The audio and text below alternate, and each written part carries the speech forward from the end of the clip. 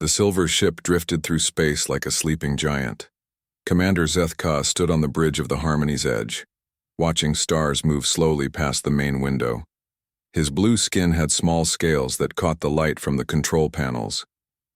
He had done this job for 30 years, flying from planet to planet, meeting new people across the galaxy. Today felt like any other day. The Federation had sent his ship to check a small yellow star that sat far from the busy trade routes. Most stars like this one had nothing interesting around them. Maybe some rocks, maybe some gas clouds, but rarely anything that could think or build things. Lieutenant Vex 9 sat at his scanning station, his 6 arms moving across different controls. His people came from a world with low gravity, so they grew tall and thin. He had been quiet for most of the trip, running the same boring scans he did every day. "Commander," Vex 9 called out, his voice high and musical, "I'm getting something strange from the third planet." Zethka walked over to look at the screen. The planet looked blue and green, covered in water and what might be land. Small white clouds moved across its surface. It looked like a nice place to live if you liked warm worlds with lots of water. "What kind of strange?" Zethka asked. "There's something moving away from the planet. It's big and it's made of metal. The computer thinks it might be a ship." Zethka felt a little excited. Finding new people was always interesting, even if they usually had simple technology. Most new worlds had just learned to fly in space. They built basic ships and carried simple weapons. The Federation had rules about how to meet them safely. "How big is it?" he asked. Vex 9 checked his numbers. "About half our size. It's moving fast, and it looks like it's coming toward us." On the other side of the galaxy, Captain Jake Morrison stood on his own bridge looking at his own screens. The USS Liberty was humanity's newest ship, built for long trips to other stars. It had taken 2 years to build and another year to test everything. Jake was 45 years old, with gray hair starting to show at his temples. He had served in Earth's Space Navy for 20 years, but this was his first trip to meet aliens. The scientists on Earth had been talking about this moment for decades. "Lisa, how long until we reach them?" Jake asked his navigator. Lisa Park looked up from her charts. She was young, maybe 30, with black hair tied back in a neat style. "About 6 hours, Captain. Their ship is big, but they're not moving toward us. They seem to be waiting." "Good. That means they want to talk." Jake turned to his communications officer. "Kate, are you ready to try talking to them?" Kate Walsh nodded. She had spent months learning how to talk to aliens using math and simple pictures. Her red hair was cut short, and she wore the blue uniform that all Earth space officers wore. "I have the standard greeting ready, sir. Numbers, basic physics, that sort of thing." Tom Bradley, the ship's engineer, looked up from his control panel. He was a big man with strong hands, the kind of person who could fix anything that broke. "All systems are running smooth, Captain. The new reactor is working better than we hoped." Dr. Amy Roberts sat at a side station reading reports on her computer. She studied alien life, though she had never seen a real alien before. She was excited and nervous at the same time. "I wonder what they look like," she said quietly. Back on the alien ship, Commander Zethka called his senior officers to the bridge. Senior Analyst Mortek arrived first. He was from the same world as Zethka, but older, with more scars on his blue skin. He had studied hundreds of new worlds and met dozens of new species. "What do you think, Mortek?" Zethka asked. "Another simple space-flying world." Mortek looked at the basic scan data. "Probably. The ship design looks functional but not fancy. They're using some kind of fusion power, which is normal for new space travelers. I'd guess they've been flying in space for maybe 50 of their years." Tactical Officer Quinnod joined them at the scanning station. She was tall and thin, with green skin and large eyes that could see many different types of light. Her job was to watch for danger, though new worlds rarely had weapons that could hurt Federation ships. "Any weapons on their ship?" Zethka asked her. Quinnod ran a quick scan. "Hard to tell from this distance. I see some energy patterns that might be defensive systems, but nothing that looks dangerous. Standard protection for a ship that size, the Po. Human ship kept getting closer. Jake Morrison watched it grow larger on his main screen. It looked smooth and clean, with a silver color that reminded him of expensive cars. It was definitely bigger than his ship, but it didn't look mean or scary. "They're trying to talk to us," Kate Walsh announced. Strange sounds filled the bridge, like music mixed with math. It's the standard first contact pattern: numbers, physics constants, basic mathematical relationships. "Send our response," Jake ordered. Kate pressed several buttons, and the Liberty began broadcasting Earth's greeting. The message used prime numbers, showed pictures of atoms, and demonstrated basic mathematics. It was humanity's way of saying, "Hello, we are smart, and we want to be friends." The alien ship responded quickly. Both sides spent an hour sending math problems back and forth, proving they could both think and solve problems. Then they moved on to simple pictures, showing their star systems and basic information about their worlds. Commander Zethka felt pleased with how things were going. The humans seemed smart enough to talk with, but not so advanced that they would be hard to understand. This looked like it would be another routine first contact, the kind that ended with new trade agreements and cultural exchange programs. "They're asking for permission to meet," Vex 9 reported. "Standard diplomatic approach." "Grant it," Zethka decided. "We'll follow normal procedures. Full scans of their ship, basic biological analysis, cultural assessment. Then we can decide how to introduce them to the Federation properly." Jake Morrison received the alien response with relief. The first part was going well. Earth's leaders had worried that aliens might be hostile or afraid of humans. Instead, these aliens seemed friendly and willing to follow peaceful procedures. "They want to scan our ship," Kate reported. "It's apparently normal for first meetings. They'll analyze our technology and biology to make sure we're safe to be around." "That makes sense," Jake agreed. "We'd want to do the same thing. Tell them we agree, and that we'd like to do similar scans of their ship." "Should I be worried about them seeing our weapons?"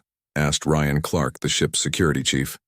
He was a serious man who always thought about protecting the ship and crew. Jake shook his head. "We're not hiding anything. This is a peaceful mission, and our weapons are just for defense. If they're really peaceful like they seem, they won't care about normal defensive systems." Both ships moved closer together, preparing for humanity's first real meeting with an alien civilization. Neither side knew that this routine encounter was about to change everything for both their peoples. Lieutenant Vex 9 started the scanning process with practiced ease. His 6 arms moved across the control panel like a musician playing a complex song. He had done this same scan hundreds of times with other new species.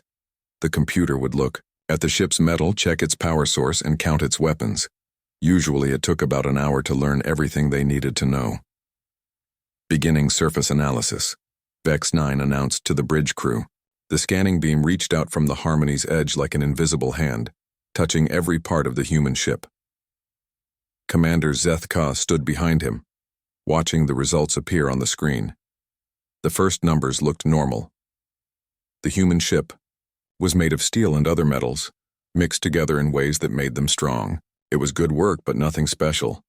Many worlds learned to make similar metals when they first started building spaceships. "Hull composition is standard," Vex 9 reported. "Iron-based alloys with carbon reinforcement. Density suggests good manufacturing techniques. These humans know how to build solid ships." Mortek nodded approvingly. "That's what we expected. New worlds usually figure out strong metals before they try to fly between stars." "What about their power source?" Vex 9 pressed more buttons, sending deeper scanning beams into the human ship. This would tell them how the humans made their ship move and what kind of energy they used. Most new worlds used fusion power, the same way their own sun made energy, by crushing small atoms together. On the human ship, Captain Jake Morrison watched his instruments carefully. He could feel the alien scanning beams moving through his ship, but they felt gentle, like someone checking his pulse during a medical exam. "How are we doing, Tom?" Jake asked his engineer. Tom Bradley looked at his control panel.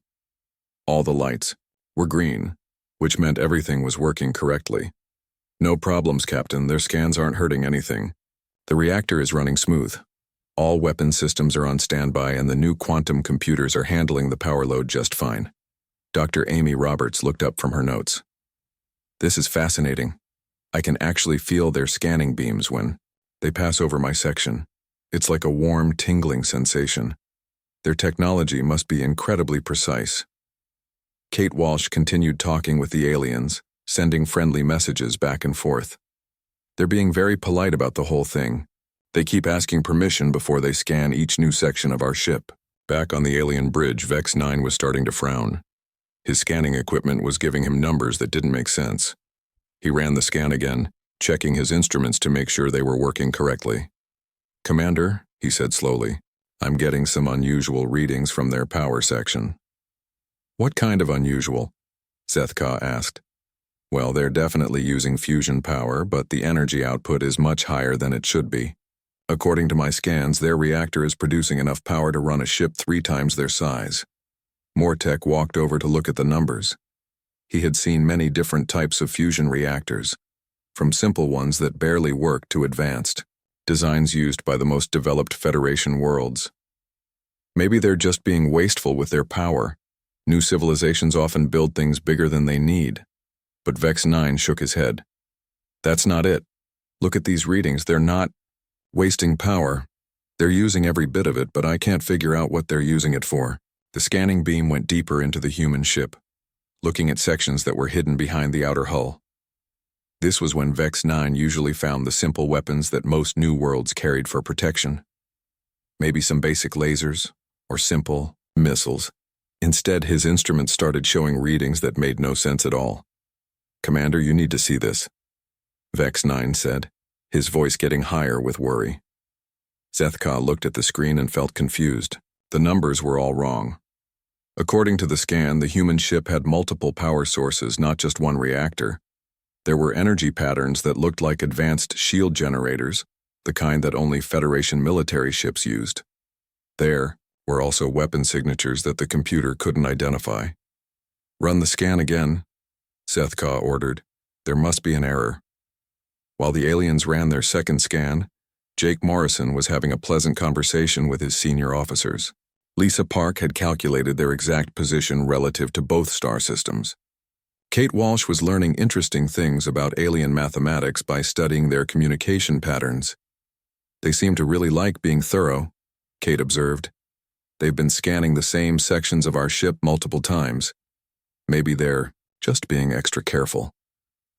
Ryan Clark, the security chief, was watching the alien ship through the main window. It looked peaceful enough, but his job was to think about potential problems.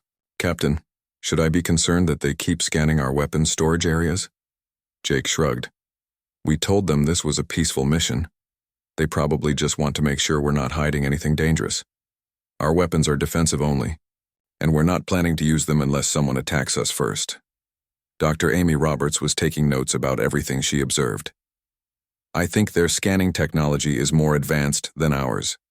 They can see details inside our ship that our own sensors would have trouble detecting. It's actually quite impressive." The second scan finished, and Vex 9 stared at his screen in disbelief. The numbers were exactly the same. The human ship, really, did have energy readings that seemed impossible for a newly contacted species. "Commander," he said quietly, "I think we need Senior Analyst Mortek to look at this personally." Mortek came over and studied the readings carefully. He had 40 years of experience analyzing alien technology.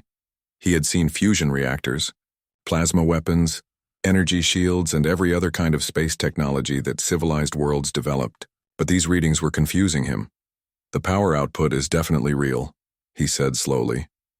"But look at these energy patterns. They have multiple fusion reactors, not just one. That's expensive and complicated. Most worlds don't build ships like that until they've been flying in space for hundreds of years. And look at this." Vex 9 pointed to another part of the screen. "These energy signatures look like advanced shield generators, but they're not running them right now. They're just sitting there, ready to be turned on." Tactical Officer Quinn Na joined them at the scanning station. Her job was to identify weapons and defensive systems, and she was very good at it. She looked at the scan results with her large, sensitive eyes. Those aren't just shield generators, she said quietly. Look at these power conduits. They're connected to weapon systems. Multiple weapon systems. Big ones. The bridge became very quiet. In all their years of first contact missions, they had never seen a peaceful diplomatic ship that carried serious military equipment. New worlds usually brought their simplest, safest ships for first meetings. Maybe they're afraid of us, Mortek suggested.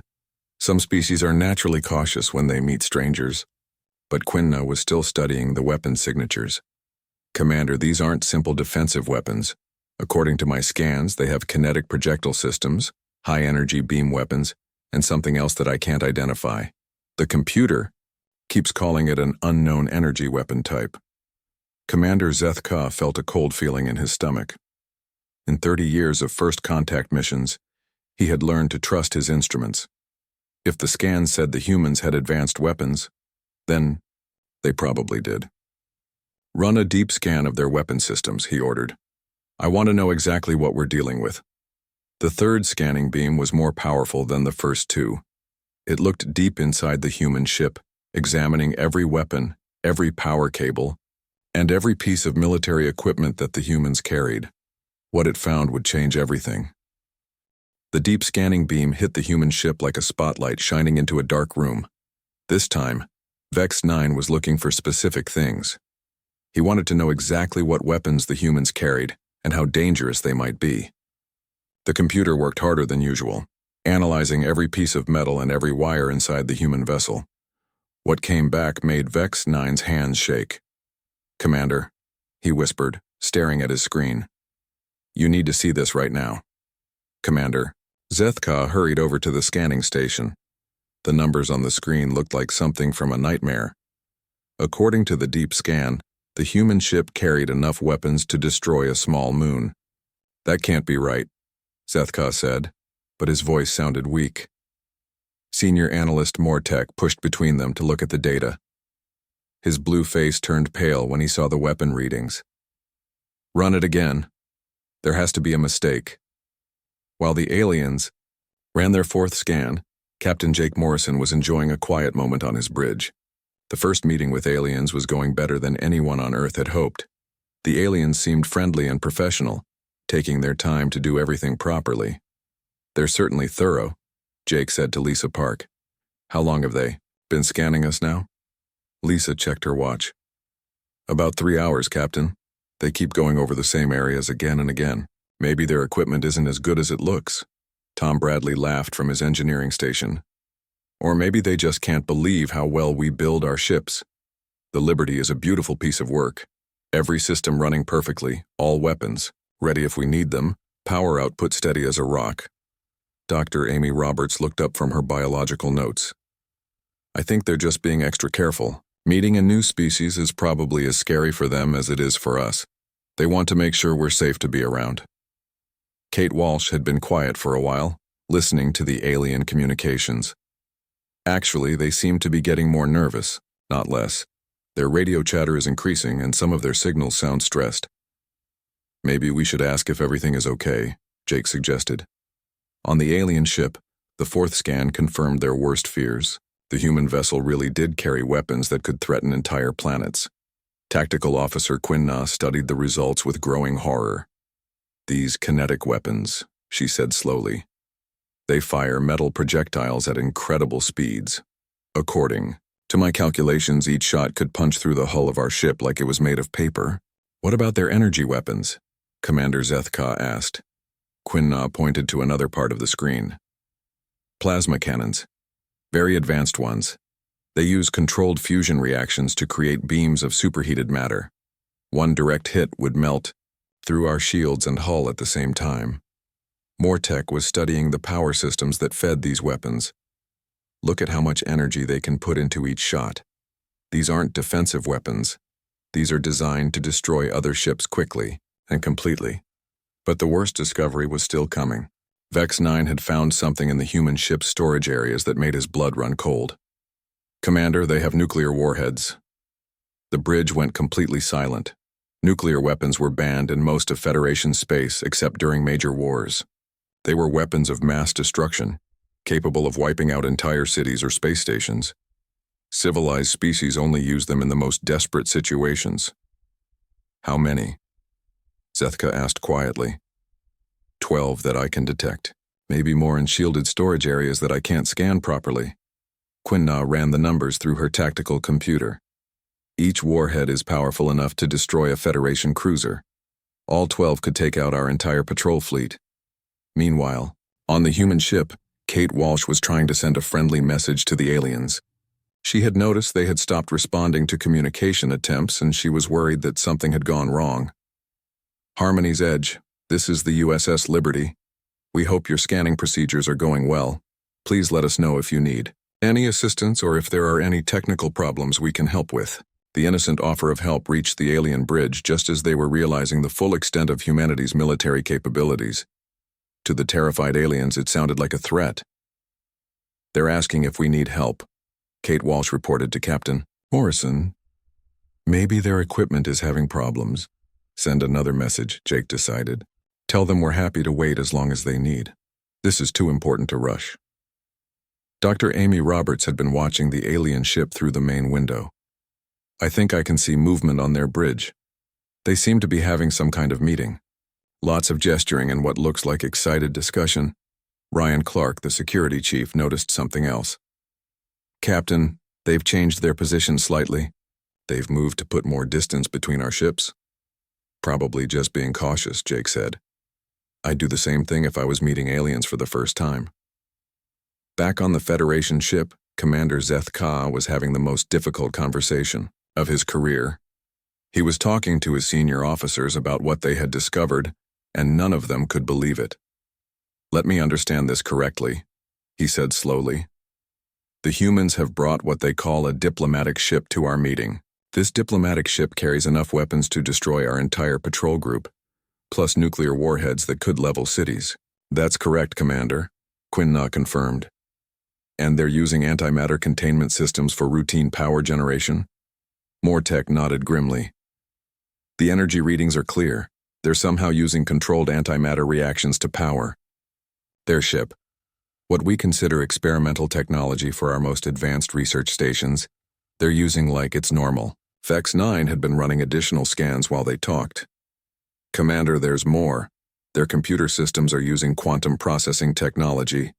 The computational power available to their ship is greater than what we have on most Federation capital ships. The implications were staggering. In Federation space, there were strict laws about military technology. Weapons capable of destroying planets required special authorization from the High Council. Antimatter power systems were restricted to military installations under heavy guard. Quantum computers were only used for the most sensitive military and scientific applications. The humans seemed to carry all of these restricted technologies on a single ship that they claimed was built for peaceful exploration and diplomacy. How? Is this possible? Commander Zethka asked. According to all our models, a species should destroy itself long before developing such advanced weapons. How did they survive their own technology? Mortek had been thinking about the same question. Maybe they didn't. Maybe they're not actually a peaceful species. Maybe this diplomatic mission is just a way to scout our defenses before they attack. But they seem so friendly, Vex 9 protested. Their communications are polite and peaceful. They're following all the proper first contact protocols. That could be part of their strategy, Quinna suggested. Get close to us, study our technology, then strike when we're not expecting it. On the human ship, Tom Bradley was running his routine system checks. Everything looked perfect. The antimatter containment was stable, the fusion reactors were running smoothly, and all weapon systems were ready for immediate use if needed. He was proud of human engineering. They had built a ship that could handle any emergency. All systems, green, Captain, he reported cheerfully. The new quantum torpedoes are showing full readiness and the plasma cannon arrays are charged and ready. If we run into any trouble out here, we'll be ready for it. Captain Morrison smiled. Let's hope. We don't need any of that. This is supposed to be a peaceful mission. Of course, sir. But it's good to know we're prepared for anything. The casual conversation about humanity's devastating weapons reached the alien ship through their communication intercepts. To the already panicked aliens, it sounded like a military crew preparing for battle. Commander Zethka stood in the middle of his bridge, looking at all the data his crew had collected about the human ship. Every number on every screen told the same impossible story. These humans had built a war machine and disguised it as a peaceful exploration vessel. "How long would it take us to reach Federation space?" he asked his navigator. "At maximum speed, 18 hours, Commander. And how long would it take the human ship to catch us if they decided to follow?" The navigator checked his calculations twice before answering. Based on their power output and engine efficiency, they could catch us in 12 hours, maybe less. Zethka felt sick. For the first time in his 30-year career, he was facing a species that might be more advanced than the Federation. More frightening, they seemed to treat weapons of mass destruction like simple tools. Senior analyst Mortek approached him with a data pad full of calculations. "Commander, I've been thinking about what we've learned. These humans have developed military technology that our best scientists consider theoretical, but they've done something else that might be even more dangerous." "What do you mean?" "They've miniaturized it. Look at the size of their ship compared to ours. They've packed the firepower of a Federation battle group into a vessel half our size. That suggests manufacturing capabilities we can't match." Lieutenant Vex 9 was still monitoring the human ship with his scanners. "Commander, they're sending another message. They're asking if we need any technical assistance with our equipment." To the terrified aliens, every human message sounded like a veiled threat. The offer of technical assistance seemed like a way of saying, "We know our technology is better than yours." On the human ship, Captain Jake Morrison was starting to worry about the aliens' silence. They had been scanning for over 4 hours now, and their responses to friendly messages were becoming shorter and less frequent. "Kate, send them a message asking if we've done something wrong," he ordered. "Maybe we've violated some alien custom without knowing it." Kate Walsh typed her message carefully. She wanted to sound apologetic without admitting to any specific mistake. "This is Captain Morrison of the USS Liberty. We hope we haven't caused any offense or concern. If there's anything about our ship or crew that worries you, please let us know so we can address it." The message reached the alien bridge just as Commander Zethka was making the most important decision of his career. The human captain's words sounded like a confession of guilt to the panicked aliens. "They know we've discovered their true nature," Tactical Officer Quinn Na said quietly. "They're asking us to tell them what worries us about their ship. It's like they're daring us to challenge them, or warning us not to," Mortek added grimly. Commander Zethka looked around his bridge at officers he had worked with for years. They were all good people who had dedicated their lives to peaceful exploration and diplomatic contact. None of them were prepared to deal with a species that casually carried planet-killing weapons. "I'm making an executive decision," he announced. "We're leaving. Now."